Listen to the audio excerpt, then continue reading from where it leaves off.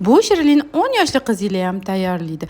Turmushga chiqayotgan qizlar hech bo'lmasa shu shirinlikni bilishinglar shart deb o'ylayman. 4 ta tuxumga sut solamiz, ustidan ozgina yog' solamiz, massani aralashtirib olamiz. Mikser ham kerak emas, bahonali ham shart emas. Shakari ham sovurib, tabga ko'ra uni ham aralashtirib olamiz. Ustidan unlarni solib, yana bitta aralashtiramiz. Shunaqa massa bo'lganda chetroga olib qo'yamiz.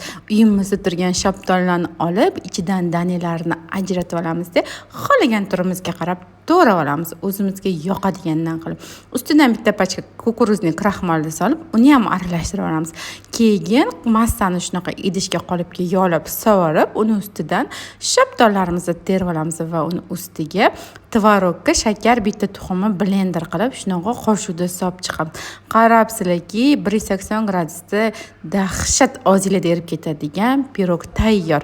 Va bu pirogim pishguncha oshxonam mani qadrdonim bo'lib qolgan trapkamni hidlarini yo'q qilib, ichlarida yog'larni top-toza qilib olamiz. Buning uchun bizga albatta bavi kerak bo'ladi.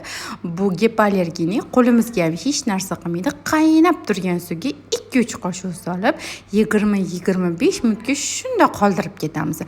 10 gacha keksimiz pishib chiqishi bilan bavini ham olib, trapkani ham toza qilib, keksimizni mazza qilib yeymiz. Hammaga yoqimli ishtaha.